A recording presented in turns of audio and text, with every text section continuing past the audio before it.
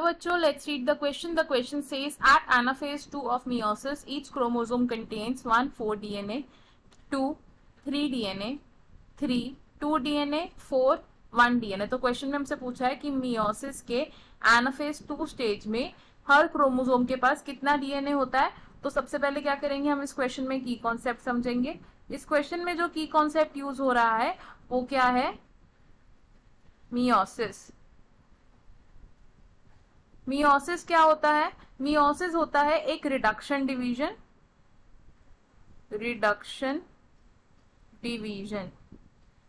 इसमें parent cell divide करता है into 4 daughter nuclei. Parent cell divide होगा इनटू 4 डॉटर सेल्स. और ये पेरेंट सेल की प्लॉइडी कितनी होगी, इसमें 2n, और डॉटर सेल्स की प्लॉइडी कितनी होगी, n. यानी कि क्या हो गया, रिडक्शन डिवीजन हो गया है इसमें. अब अगर हम बात करें मियोसिस के स्टेजेस की, तो मियोसिस को डिवाइड किया हुआ है दो मेजर डिवीजन कैटेगरीज में. वो क्या होते हैं, मियोसिस 1 एंड मियोसिस 2. मियोसिस 1 के सब स्टेजेस कौन कौन से होते हैं, प्रोफेज 1, प्रोफेज 1, मेटाफेज 1, एनाफेज 1 और टीलोफेज 1. और मियोसिस 2 के सब स्टेजेस क्या होते हैं, प्रोफेज 2, मेटाफेज 2, एनाफेज 2 और टीलोफेज 2. अब जो मियोसिस 1 होता है, मियोसिस 1 में क्या होता है, रिडक्शन डिवीजन होती है. और मियोसिस 2 में क्या होता है, इक्वेशनल डिवीजन होती है. यानी कि मियोसिस 1 में प्लॉइडी हाफ हो जाएगी फ्रॉम 2n to n. और मियोसिस 2 में क्या होगा, इक्वेशनल डिवीजन हो रही है तो प्लॉइडी क्या रहेगी, n से n तक ही रहेगी. अब अगर हम बात करें एनाफेज 2 की, एनाफेज 2, तो एनाफेज 2 किस में आता है, मियोसिस 2 का पार्ट है ये. यानी कि इसमें क्या है, इक्वेशनल डिवीजन हो रही है.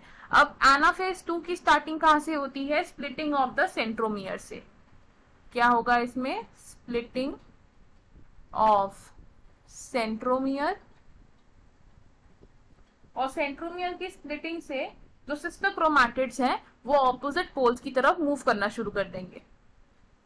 सिस्टर क्रोमैटिड्स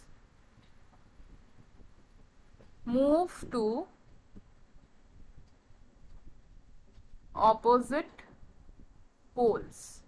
और यहां डीएनए कितना प्रेजेंट होगा, डीएनए विल बी 1 डीएनए. क्यों होगा, क्योंकि अगर हम बात कर रहे हैं कि ये मियोसिस 2 में आता है, तो मियोसिस 2 तक आते आते रिडक्शन ऑलरेडी हो चुकी होती है from 2n to n in the first stage of meiosis.